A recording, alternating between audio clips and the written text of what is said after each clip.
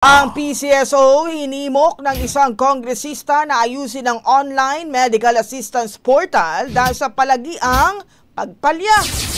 Brigada Haji Caaminio, ibrigada mo! Brigada Live Report!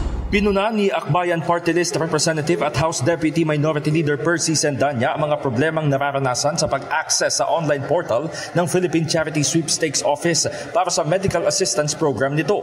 Sa budget briefing ng House Committee on Appropriations, nanawagan si Sendanya sa PCSO na ayusin ang access sa medical assistance matapos makatanggap ng ulat na bumibigay o laging nagka-crash ang online portal dulot ng limitadong case applications kada araw.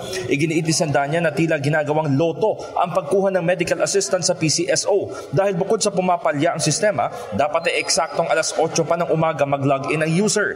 Dapat anyang taasan man lang ng ahensya ang daily limit sa online applications at patatagin ang accessibility lalo na para sa mga Pilipinong limitado ang access sa internet.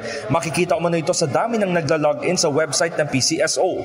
Punto niya, dahil sa palpak na online portal ay mapipilitang pumila ng napakahaba ang mga nangangailangan ng medical assistance on-site o sa tanggapan ng PCSO. Apela pa ng mababatas, kailangan magkaroon ng holistic at systemic reforms sa health system upang hindi na manlimos ng medical assistance ang mga pasyente. In the heart of changing lives, ako si Brigada Haji Caaminio ng 105.1 Brigada News FM Manila, the Music and News Authority. Ang bahaging ito ay hatid sa atin ng Power Cell Salabat, ginhawa ng bawat nangangarap.